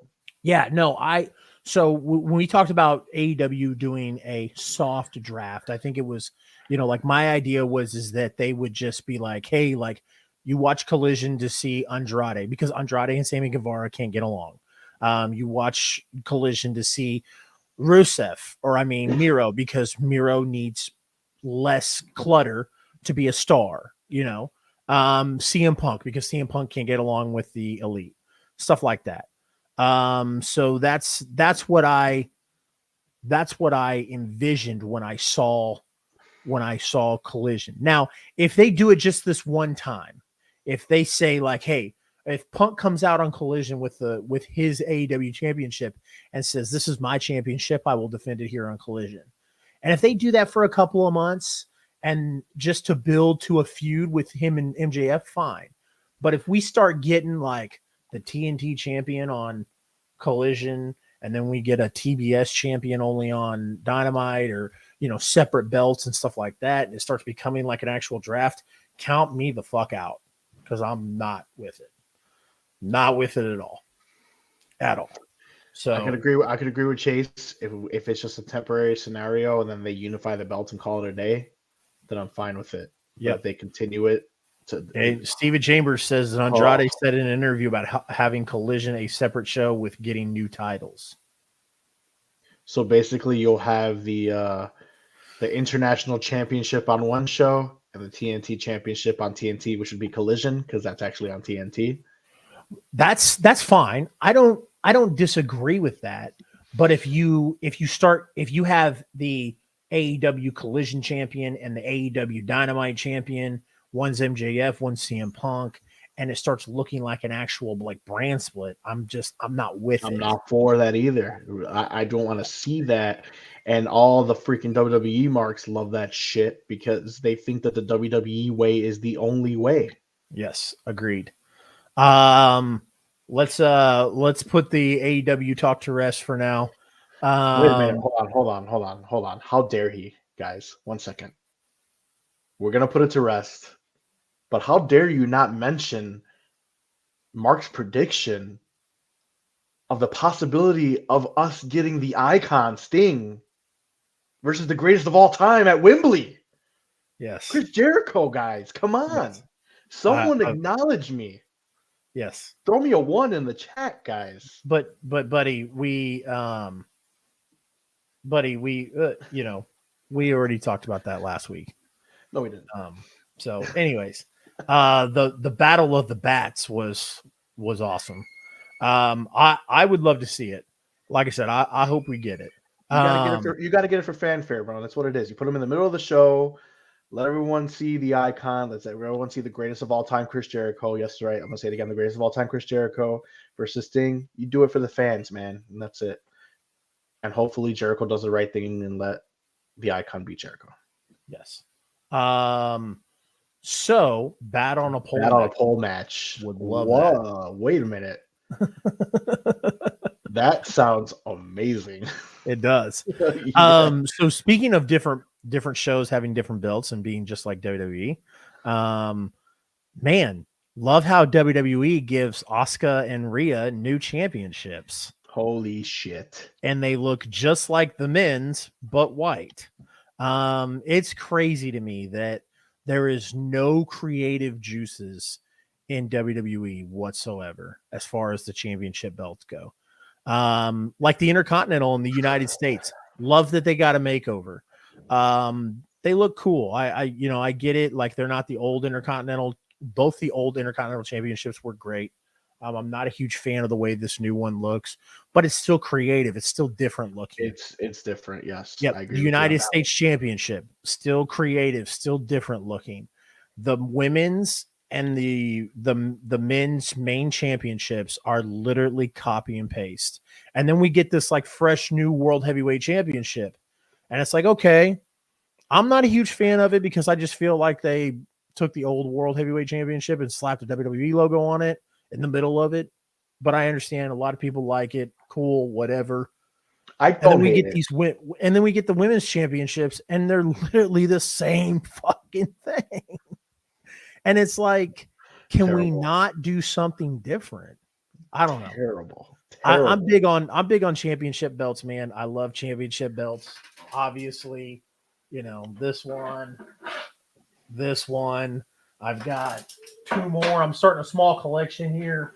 Probably going to put myself in debt in the next year from championship belts. Apologize to my wife if she's still watching. But it is what it is. Like, I like championship belts. And when I see like $1 billion company going and copy, paste, it's like, really? Like, It's so shocking the route that they went with these championship belts, especially with Triple H as head of it. It's like you would think that he would want to have a title that's worth looking at and something to admire. And then like I said, I don't hate the new World Heavyweight Championship. I think it is, like Chase said, putting a big W on it on big gold. But it's different, right? But when you get Rhea Ripley the same fucking title with a different strap, what are you guys doing?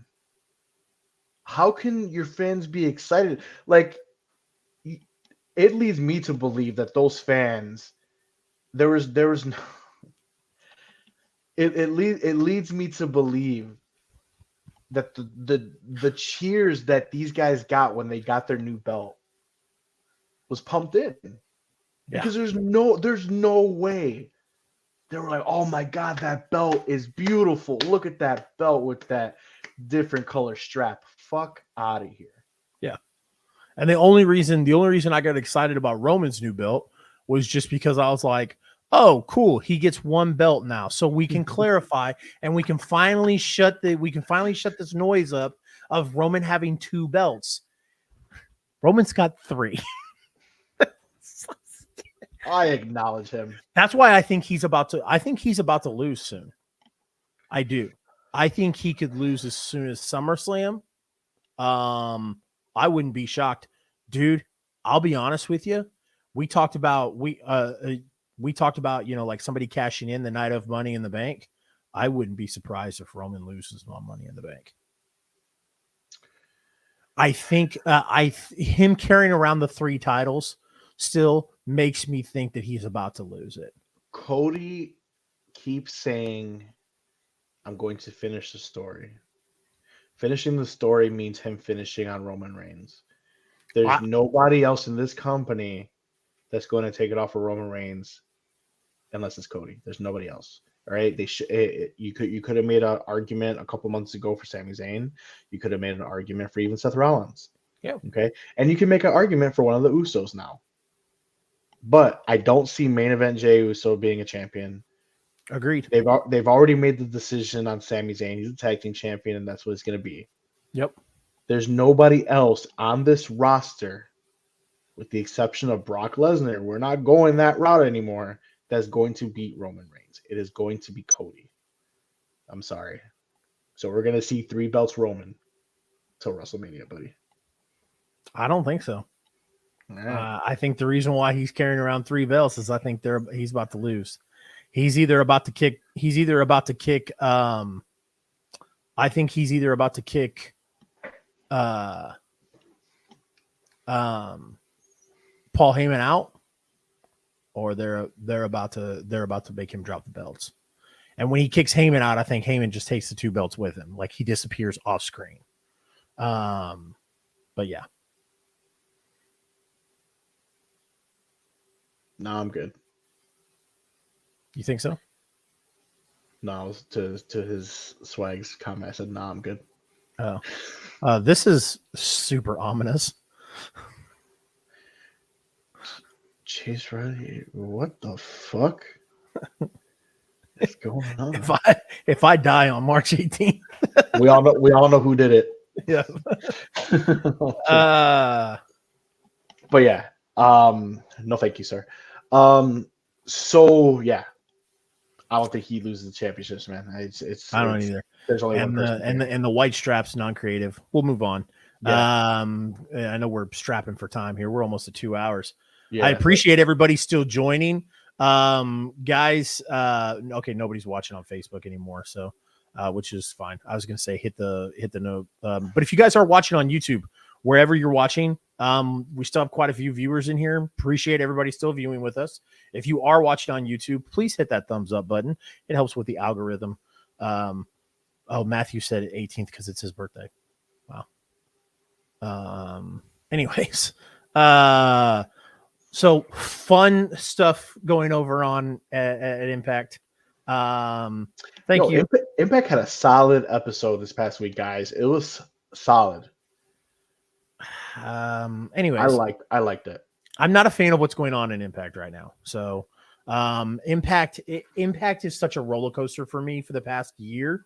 It is a roller coaster. It is a roller coaster. There was a time period where I was like, yo, this is probably the best show out of the three. And then they kind of like staggered a little bit. I thought their women's division was the best out of the three. Then it's kind of staggered a little bit. This weird thing that they got going on, Nick Aldis and Alex Shelley for the Impact Championship, I'm not interested in. I was not interested in Impact, or I was not interested in Alex Shelley winning the Impact Championship at all. It is what it is. This is what I liked. I liked Impact. I liked Impact for the breath of fresh air. Mm-hmm. And like now Impact is doing this stuff where it's like, hey, remember these guys from 10 years ago, Motor City Machine Guns? I really love Motor City Machine Guns. Please don't take this as me dissing Motor City Machine Guns or shitting on them. But like Alex Shelley winning the Impact Championship 10 years after his prime, and it's like, God, dude, how many more people from TNA are we going to pull in and win championships to make people latch on to this nostalgia? I just didn't agree with it. It's not my cup of tea. Then they really pushed me with Scott D'Amore and PCO facing Bully Ray and Steve Mack possibly at Slammiversary. Yeah. Well, at least you're not number one. I understand your gripe about the Motor City Machine Guns having those titles right now. Okay, I didn't agree with it, but I'm taking the episode for what it was from this past week, and I thought the episode was a very entertaining episode. It was a very good. It was a very good episode. I will agree with that. It was a very good episode. I'm just complaining about the directions right now. Yes, I do agree with the directions that they're going. But Impact is coming up on its 1000th episode pretty soon, and I think that's why we have so much nostalgia going on right now, which I don't agree with as well. You got guys like Moose taking L's for no reason. You have Alex Shelley defending the championship against I always want to call him Magnus. What's his name? Nick Aldis. He used to be called Magnus for those of you who didn't watch the TNA days. That was his name when he was in TNA. I think they're playing heavy on the nostalgia, and I agree with Chase on that, which is something that's not needed because Impact has a lot of young stars. You know, Masha Slamovich, happy birthday, by the way, Masha Slamovich. You know, they have a lot of young stars there that they could be featuring a lot more. So I do agree with the direction that I'm not a fan of it, but the episode is very entertaining. It was well put together. And that's why I enjoyed Impact this past week. So, yeah. You know, nothing against this week's episode. Like I said, I enjoy watching Impact. Like I said, this past year has just been a roller coaster, and I feel like if they clean up some of that stuff, they have a real great opportunity to be like, you know, a stronghold to providing an alternative to the alternative and to the mainstream. So, agree. Yeah. Some quick hits before we kind of close out here for the week. Quick hits. These are just some little extra tidbit news pieces. Mark kind of helps with providing like topics every week for us here on Bad Booking, and so I try to incorporate everything we can, but I always try to refrain from having a 2.5 hour show. So these are kind of quick hits. Mark and I will just kind of talk about them briefly and move on. Won't spend a whole lot of time on them. First one, Carlito possibly signed with WWE. He was scheduled to appear at an independent show, and they've had to pull him from their card, they claim, because he signed a deal with WWE. Nothing has been confirmed yet. I did see a clip of him at a show, and he said the rumors are true. Really? Yes, I will send you. I wish I could just pull it up immediately for you guys and share, but I have to find it on TikTok. I know I sent it to one of my friends. I'm gonna have to go look. But he was at a show. I don't think he competed on that show, and it might have been the show that Chase might have been talking about, or maybe that's something else. But was just at an indie event, and he stood in the middle of that ring, and he said the rumors are true, and everyone lost their mind. So. Awesome, good for him, man. It's been a long time coming. So, and the reaction that he got at Backlash, I think, should have been all the evidence that WWE needs for them to mail him a check. Carlito should have been world champion. So, I mean, agreed. Great North Wrestling, Hannibal TV, Canada, Carlito, nice. That might be a link, actually. I don't know. Oh, click it. That could be. If he found the clip, that could be it. Could be. Pretty Deadly wins #1 contendership gauntlet. The Street Profits first eliminated, and Hit Row lasted less than 10 seconds. Here's your quick hit. Number one, if that doesn't tell you that the Street Profits are splitting up, I don't know what does. Because for a top tier team to lose first in a gauntlet match doesn't look good, buddy. I think they're gonna ride that train now. Number two, Hit Row's done. Hit Row should have never come back to WWE. They should have went to NXT. Hit Row is suffering from the lack thereof Swerve Strickland. Agreed. They have to. If I were Triple H, I would find a young cat to put in that group to lead them, because all three of those people are not leaders. They were, that's why that stable is suffering. Carmelo Hayes. You took it right. You took it away from me right before I could do it. Dude, I'm not kidding. If you want Hit Row to succeed, then I would pull Carmelo Hayes up to the main roster and have Carmelo Hayes lead them. Mm-hmm. If not, you need to send all three of them back to NXT and let them go to NXT. Yep. Because it's not working out. Agreed. The next quick hit, Damage Control breaking up. You kind of mentioned it earlier, so I won't spend a lot of time on this. It's inevitable. It's in the water. They're done. It's just a matter of time.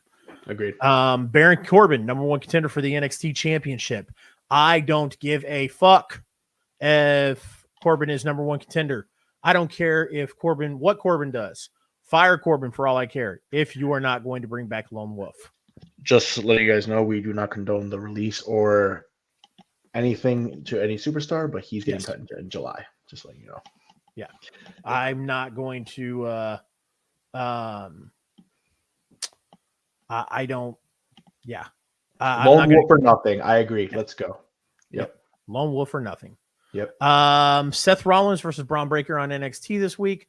We already touched on that as well. Seth is obviously winning, but I'm very excited for the match.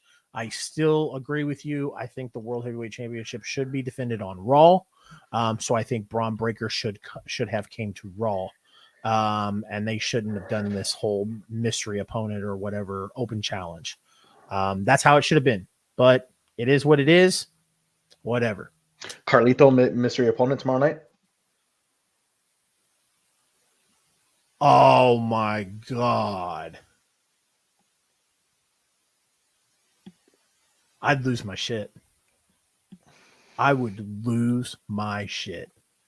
Bro, if you bring Carlito back and DIY back on the same fucking show, I would piss my pants. Carlito coming back, having a world heavyweight championship title shot against Seth Rollins and losing, I would be okay with it because we both know that match is going to be stellar, and it gives a nod to Carlito to be like, this should have happened a fucking decade ago. Yep. So agreed. Yeah. 2 decades ago. Damn, I is it feel that old long? yet. Almost. It's been about 15 years. Fuck me, dude. Yeah, it was like 2000. It was like 2007, right? Yeah, probably. Yeah, 2006, 2007, when we all were like, "Why isn't Carlito in the main title picture?" Yeah. God, I hate feeling old. Yeah, you are old. I heard that. Loser. Go on. bitch, we're almost the same age. Bro, I'm like 22. He had to think about it. He's like, wait, are you really? I'm not. No, I'm not. I know. I was about to be like, your hair thinning on the top of your head. This is a choice. Do you want me to send you my COVID hair? Because it was a fucking fro like Carlito. But hey, kneel down again. Kneel down again. It's thicker. It's thicker right here than it is right here. Take a look at that in the mirror for me, buddy. You guys are idiots. I'll show you. It's Go all on, right. let's go. It's all right. It's okay. It happens. My hairline's receding, bro. Look at that. I'm gonna message this guy with my fucking hair. Yeah. Go on. What's the next quick hit? Go ahead. God, motherfucker, COVID was 4 years ago, my guy. It was last week.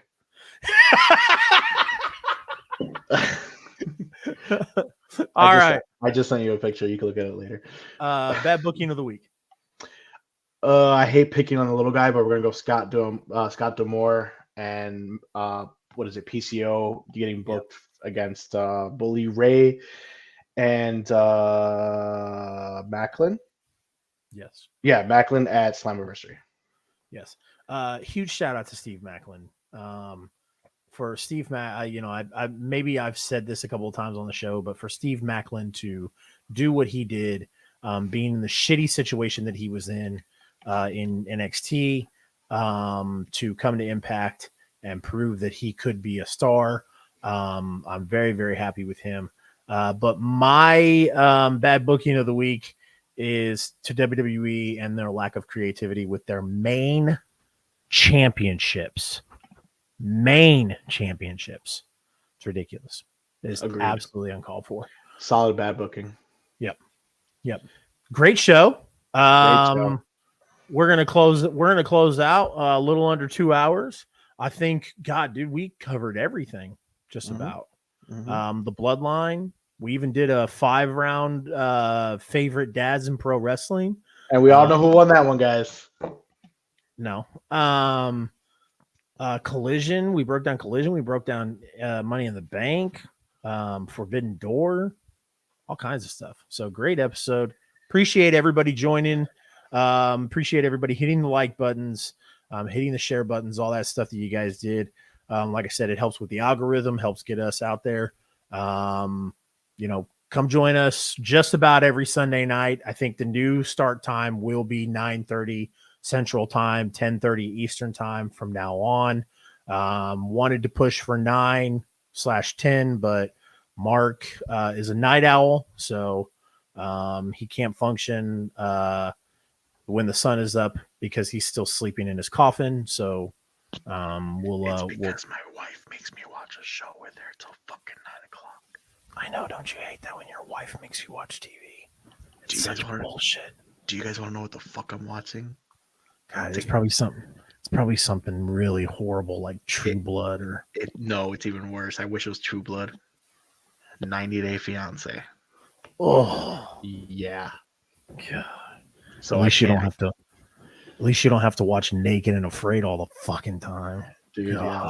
So that's unfortunately why I cannot do it at 9 because I would literally be coming right at the end of the show. So I have to be like, okay, babe, I love you, and I'm gonna go. You know what I mean? So I need my wife's always like, why'd you come to bed so late? And I'm like, because I don't want to fucking watch Naked and Afraid. But yeah, all right. So let's get some plugs. Let's get out of here. Yes, agreed. I did that because I think my wife is still watching. At least I think she is. I'd literally be coming at the end of the show. Yep. You would be. Appreciate Billy joining. All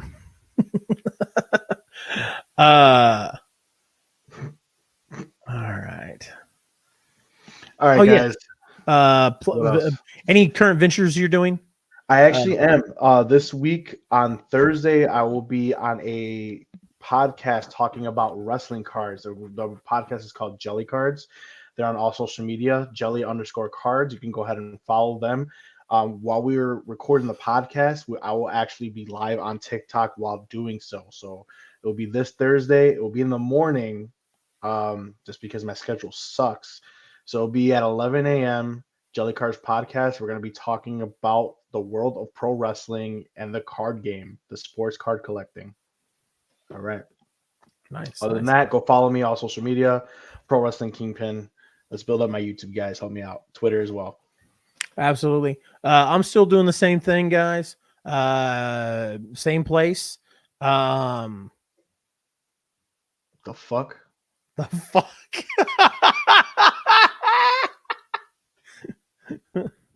I hope it's just like a mythical wife, because I'm about to go start slapping some motherfuckers.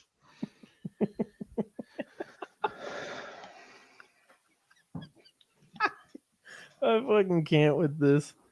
RIP Dynamite Post Show. I'll still be doing stuff, guys. Monday is the pit stop. On the pit stop, we prepare for Thursday's I-70 hot tag by doing a watch along of a match of the person that we are interviewing on Thursday nights. Sometimes we do bonus matches because sometimes the matches are like 10 minutes and I don't want to do a show for 10 minutes. So we do some bonus matches. So come hang out with us tomorrow night as we do that over on the I-70 hot tag, YouTube and Facebook and my Twitch. All social medias are exactly right there, as I say a million times. Hit the link tree in the bio. Both Mark and my link tree are in there. Tuesday nights, Line in the Sand podcast with my people over at Sports Empire Network. We do the same thing we do here. Talk the landscape of professional wrestling. Wednesday nights, no longer doing the AEW Dynamite post show, but we will be starting up the One Arrowhead Drive show where we talk Kansas City Chiefs and a little bit of NFL news. So if you like the NFL, come hang out, chat. But it will be predominantly Kansas City Chiefs talk. Thursday night, I-70 hot tag, where we interview and promote Kansas and Missouri independent professional wrestling, Midwest independent professional wrestling, because all of our guys here in Kansas and Missouri kind of wrestle all around the Midwest. And that is it. That is it. Other than that, I don't have anything else going on. Yet.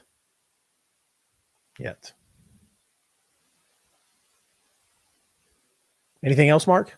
That's it, buddy. All right. Well, for everybody joining us, we appreciate you. And as always, for myself, Chase, CR Media, for my friend, Mark, Pro Wrestling Kingpin, good fight and good night. Chiefs.